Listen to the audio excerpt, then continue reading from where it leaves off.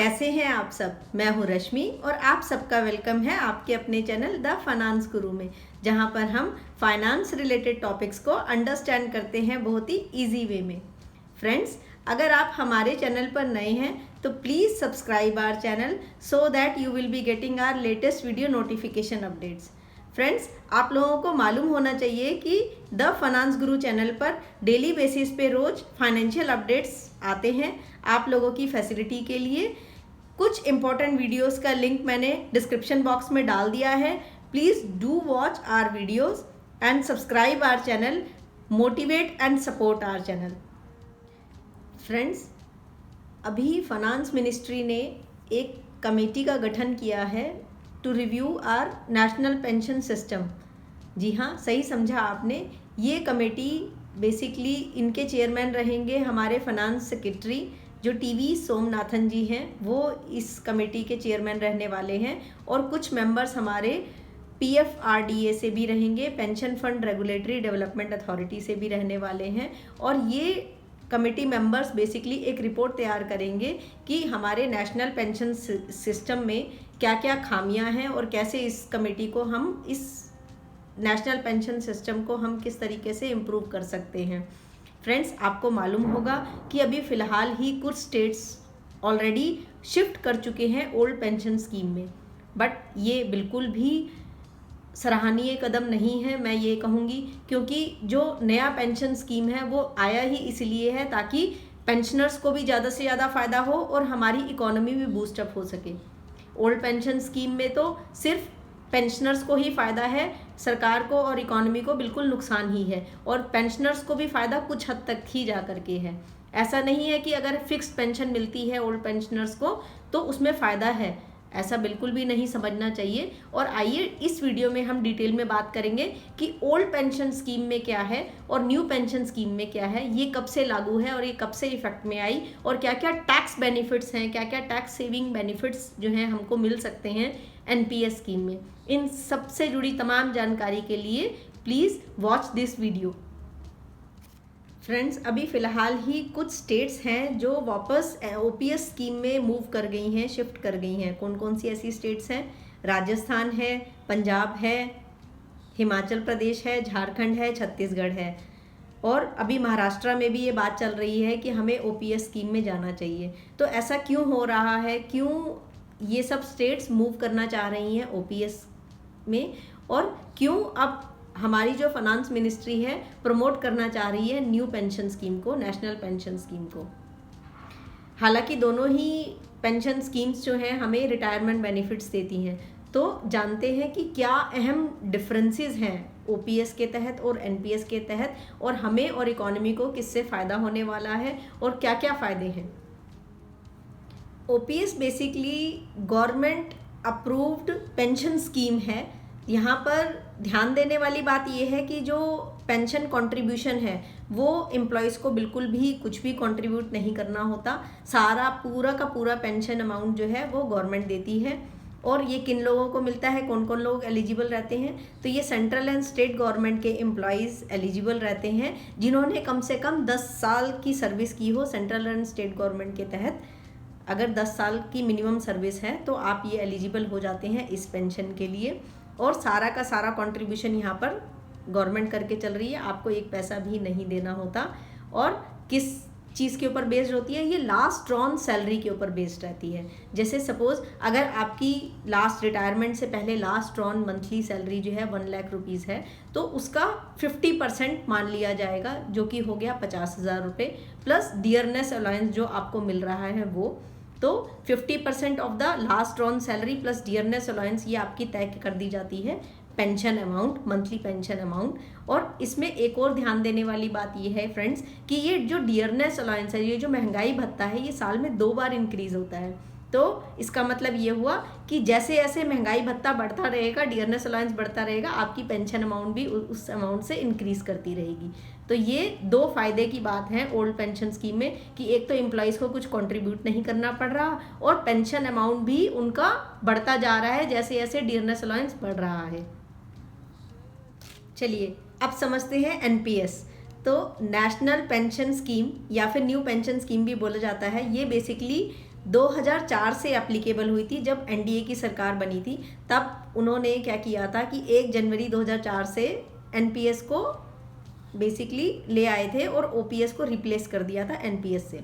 तो हुआ ये कि 1 जनवरी 2004 से जितने भी सेंट्रल एंड स्टेट गवर्नमेंट के एम्प्लॉयज़ जिनके लिए ओपीएस पहले चल रहा था वो अब नहीं चलेगा, अब उसकी जगह पर एनपीएस स्कीम ले आए थे और ये स्कीम एप्लीकेबल हो गई थी for all the citizens of India including private sector employees. Obviously ये कब से एप्लीकेबल हुआ था? ये 2009 से उन्होंने प्राइवेट सेक्टर एम्प्लॉयज़ के लिए भी ये स्कीम खोल दी थी। तो एनपीएस में होता क्या है, यहाँ पर बेसिकली जो एम्प्लॉयज़ हैं वो सेंट्रल गवर्नमेंट और स्टेट गवर्नमेंट एम्प्लॉयज़ वो कंट्रीब्यूट करते हुए चलते हैं अपनी सैलरी, बेसिक सैलरी का 10% प्लस डियरनेस अलाउंस, और सेंट्रल गवर्नमेंट और स्टेट गवर्नमेंट 14% तक कंट्रीब्यूट करते हैं ऑफ एम्प्लॉयज़ का जो basic salary plus dearness allowance है। तो टोटल मोटा माटी हो गया 24% प्लस डियरनेस अलाउंस जो एम्प्लॉय कंट्रीब्यूट कर रहे हैं और जो गवर्नमेंट की साइड से कंट्रीब्यूशन जा रहा है। तो इन सबको मिला करके कंट्रीब्यूशन जाता है और ये कंट्रीब्यूशन को हम मिला करके एक पेंशन फंड का नाम दे देते हैं। ये पेंशन फंड जा करके मार्केट में इन्वेस्ट होता है।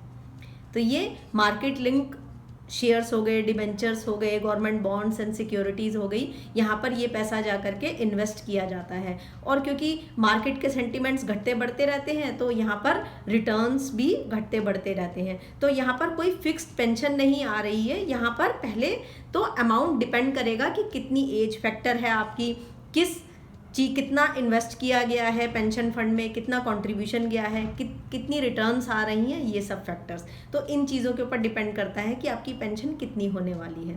और प्राइवेट सेक्टर एम्प्लॉयज़ के लिए जैसा कि मैंने आपको बताया कि 2009 से खोल दिया गया था, तो यहाँ पर प्राइवेट सेक्टर एम्प्लॉयज़ को मिनिमम कम से कम 500 तो कंट्रीब्यूट करके चलना ही है और maximum 10% of the basic salary तक कंट्रीब्यूट कर सकते हैं in case of private sector employees.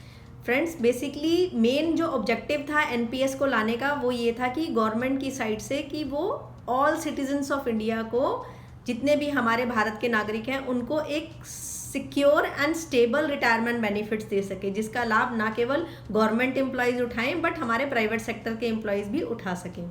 और इस बेसिकली एनपीएस को रेगुलेट एंड मॉनिटर करती है हमारी पीएफआरडीए, जो कि है pension fund regulatory development authority of India. तो ये रेगुलेट एंड मॉनिटर करते हैं रिटायरमेंट के टाइम पे कितना पैसा मिलता है। जैसा कि मैंने आपको बताया कि ये जो पेंशन फंड है ये इन्वेस्ट किया जाता है गवर्नमेंट बॉन्ड, सिक्योरिटीज़ या फिर इक्विटी एंड डिबेंचर्स के अंदर मार्केट में, और रिटर्न डिपेंड करता है उस वक्त कितना मार्केट में सेंटिमेंट्स चल रहा है, क्या रिटर्न्स आ रहे हैं उस हिसाब से। और 60% तक का अमाउंट तो लमसम मनी के रूप में आपको मिलता है at the time of retirement and 40% आपको एन्युटी के रूप में मिलता है मंथली पेंशन के रूप में। चलिए अब जान लेते हैं बेसिकली ओपीएस एंड एनपीएस में की डिफरेंसेस क्या क्या हैं। तो जैसा कि मैंने आपको बताया कि ओपीएस तो बेसिकली सिर्फ स्टेट और सेंट्रल गवर्नमेंट के एम्प्लॉयज़ ही लाभ उठा सकते थे, बट एनपीएस के तहत तो all citizens of India including private sector employees भी इसका लाभ उठा सकते हैं।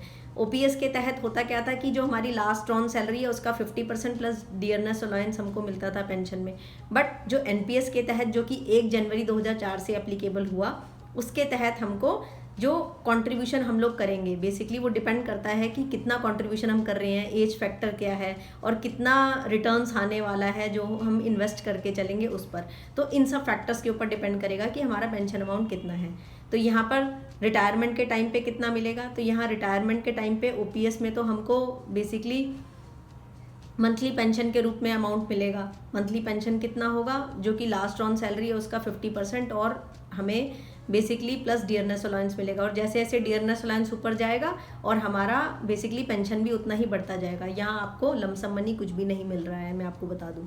एनपीएस में क्या होगा, 60% तक तो आपको लमसम मनी मिलेगा eight the time of your retirement and 40% आपका एन्युटी मंथली पेंशन में जाएगा। वो डिपेंड करेगा कि कौन सा प्लान आप ऑप्शन रहेगा आपके पास। ये तो फ्लेक्सिबल भी है ना फ्रेंड्स, आपकी मर्जी, आप इसको एलआईसी में इन्वेस्ट करवाइए, यूटीआई के तहत इन्वेस्ट करवाइए, शेयर्स, बॉन्ड्स, डिबेंचर्स मार्केट में आ रहे हैं, आप कहाँ लगाना चाहते हैं वो पैसा, वो डिपेंड करेगा और उस पर कितना रिटर्न आएगा। ये सब आपके ऊपर है कि आप का मनी कहाँ इन्वेस्ट कर रहा है, आपका हक बनता है, आप उसको चूज़ कर सकते हैं और जितना रिटर्न आएगा वो उस हिसाब से आपका पेंशन डिसाइड हो जाएगा और मंथली पेंशन के रूप में उस 40% अमाउंट में से आपको मिलता रहेगा। तो ये रही आपके फ़ायदे की बात। ऑल्सो फ्रेंड्स, जो OPS था उसके तहत तो बेसिकली सारा अमाउंट टैक्स फ्री है, जो भी आपको पेंशन मिल रही है वो टैक्स फ्री है। यहाँ पर क्या हो रहा है, बेसिकली अगर मैं NPS की बात करूँ तो यहाँ पर आपको 80C का रिबेट मिलता है 1.5 लाख तक का। तो अगर आप NPS में आपका कंट्रीब्यूशन जा रहा है, आप गवर्नमेंट के एम्प्लॉई हैं, स्टेट गवर्नमेंट के एम्प्लॉई हैं, या फिर अगर मैं बात करूं प्राइवेट सेक्टर के भी एम्प्लॉई हैं और NPS में कंट्रीब्यूशन करके चल रहे हैं, तो आपके लिए फ़ायदे की बात यह है कि आप 1.5 लाख तक का आप रिबेट उठा सकते हैं, क्लेम कर सकते हैं 80C में। इतना ही नहीं, आप NPS का जो 10% का जो आपका कंट्रीब्यूशन जा रहा है, आप उसका भी अप टू 50,000 तक का एडिशनल रिबेट उठा सकते हैं, डिडक्शन उठा सकते हैं। तो टोटल 2 लाख तक की आपको डिडक्शन मिल जाती है section 80C and section 80CCD के तहत। तो ये एक खास बात है फ्रेंड्स। ऑल्सो इतना ही नहीं, आपका जो 60% आपको लमसम अमाउंट जो रिटायरमेंट के टाइम पे मिला वो तो पूरा टैक्स फ्री है। हाँ, वो अलग बात है कि जो 40% आपको मंथली पेंशन के रूप में मिल रहा है वो मंथली पेंशन आपकी टैक्सेबल रहेगी। वो डिपेंड करता है कि अगर आप टैक्स स्लैब में आते हैं तो फिर आपको उस अमाउंट पे टैक्स देना पड़ता है। तो ये एक और फ़ायदे की बात है फ्रेंड्स, अगर आप NPS के अंदर आते हैं तो। ऑल्सो इकोनॉमी पे कोई ज़्यादा प्रेशर नहीं पड़ता है अगर हम NPS में ऑप्ट कर रहे हैं तो बेसिकली, क्योंकि यहाँ पर गवर्नमेंट के ऊपर पूरा प्रेशर नहीं आएगा और कोई फिक्स्ड कमिटमेंट नहीं है कि इतना पेंशन तो देना ही देना पड़ेगा गवर्नमेंट को। तो ऐसा बिल्कुल भी नहीं होगा। यहाँ पर वो अलग बात है कि अगर रिटर्न्स कभी ज़्यादा जाते हैं, डिपेंड्स ऑन मार्केट सेंटीमेंट्स, तो आपको ओल्ड पेंशन स्कीम से कहीं ज़्यादा फ़ायदा रहता है NPS में आने का। अब एक एग्जाम्पल के थ्रू समझते हैं कि कैसे NPS हमारे लिए फ़ायदे का सौदा हो सकता है बजाय इसके कि हम OPS ऑप्ट करें। तो फ्रेंड्स, मान लीजिए कि अगर आपकी basic salary plus dearness allowance जो है वो 10,000 रुपये है, तो यहाँ पर अगर आप OPS के तहत आते हैं, ओल्ड पेंशन स्कीम ऑप्ट कर रहे हैं, तो यहाँ पर होगा क्या कि आपको जो पेंशन मिलेगी रिटायरमेंट के टाइम पे वो 10,000 प्लस DA जो जितना भी, जैसे 10,000 था आपका, तो वो आपका उसका 50% मान लिया जाएगा, तो आपको हो गया 5,000 रुपये। तो 5,000 आपकी मंथली पेंशन तय कर दी जाएगी और जैसे जैसे ये बढ़ता जाएगा डियरनेस अलाउंस, उतना उतना आपका पेंशन अमाउंट बढ़ता जाएगा। और अगर डियरनेस अलाउंस इंक्रीज़ होता है सपोज़ फॉर एग्जांपल 4% की रेट पर, तो 5,000 का 2% यहाँ पर हो गया आपका 200 रुपये, तो 5200 रुपये आपकी मंथली पेंशन मानी जाएगी। तो यहाँ पर आपको ओल्ड पेंशन स्कीम के तहत 5200 रुपये मंथली पेंशन मिलेगा और लमसम अमाउंट भी कुछ नहीं मिलेगा। तो ये बात ध्यान देने वाली है। अब हम चलते हैं NPS के तहत कि फ्रेंड्स, जिन एम्प्लॉयज़ की ज्वाइनिंग 1 जनवरी 2004 एंड ऑनवर्ड्स हुई थी, उनके पास तो कोई ऑप्शन ही नहीं है, उनको तो NPS में जाना ही जाना है। अब हम देखते हैं कि कैसे उनके लिए फ़ायदे का सौदा साबित हो सकता है NPS में जाना।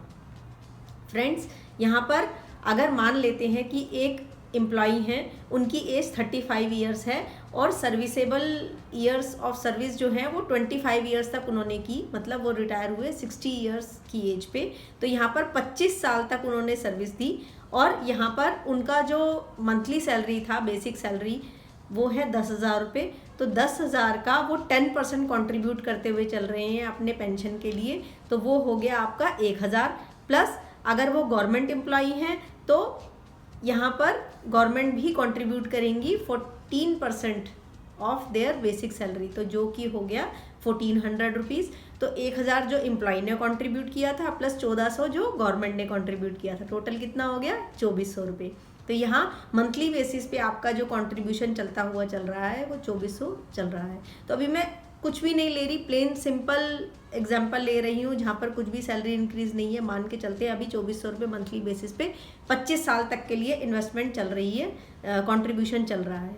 तो अब होगा क्या कि जब वो रिटायर होंगे at the age of 60 years, तो यहाँ पर उनको जो 2,400 रुपये कॉन्ट्रीब्यूशन किया, कितने महीने के लिए किया, 25 × 12 कितना हो गया 300।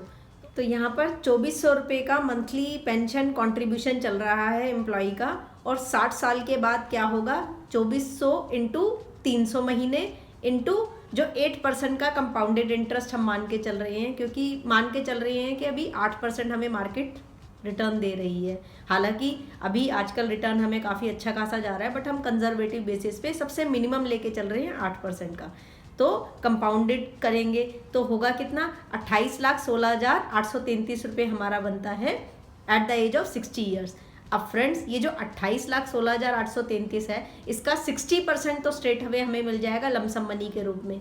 वो कितना हो गया, 28,16,833 का 60% आप निकालेंगे, जो कि हो गया आपका 16,90,100। तो ये लमसम मनी तो आपको प्योरली टैक्स फ्री के रूप में आपको at the time of retirement मिल जाएगी। और फ्रेंड्स, जो बैलेंस 40% है, जो 11 लाख करीब 26,000 बनता है, उसको फर्दर इन्वेस्ट कर दिया जाएगा। और आपके पास चॉइस रहेगी eight the time of your retirement, आप चूज़ कर पाएंगे, क्योंकि यहाँ पर आपको फ्लेक्सिबिलिटी दी जा रही है एनपीएस के तहत कि आपको कौन सी स्कीम में जाना है, आगे कहाँ पर इन्वेस्ट करते हुए चलना है। तो अगर आप ये पैसा इन्वेस्ट करते हैं 40% का, जो 11,26,000 के करीब बनता है, इसको आप इक्विटी में, शेयर्स में, बॉन्ड्स में, डिबेंचर्स में, कहीं भी आप इन्वेस्ट कर सकते हैं। तो अगर आप इन्वेस्ट करेंगे तो होगा क्या कि 6.5% का जो एन्युटी उस वक्त रहता है, मैं मान के चल रही हूँ, जो आप लेंगे जॉइंट एन्युटी, जहाँ पर 50% eight the time of death spouse को मिलता है बेनिफिट। आई होप कि आप लोग वो ऑप्ट करेंगे। तो अगर वैसा वाला ऑप्ट करेंगे तो 6.5% का मैं रिटर्न मान के चल रही हूँ कम से कम आपको मिलेगा। तो आपकी पेंशन हो कितनी जाएगी मंथली बेसिस पे, तो इस हिसाब से आपकी मंथली पेंशन हो जाएगी 6,103 रुपये।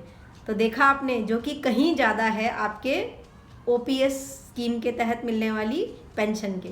और इस पे गवर्नमेंट को ज़्यादा बर्डन भी नहीं आएगा, क्योंकि ये कंट्रीब्यूशन बेस्ड रहता है, जितना एम्प्लॉय कंट्रीब्यूट कर रहे हैं और 14% गवर्नमेंट भी यहाँ पर कंट्रीब्यूट करते हुए चल रही है। तो ये मच बेनिफिशियल है, बोथ गवर्नमेंट साइड भी और एम्प्लॉय साइड भी।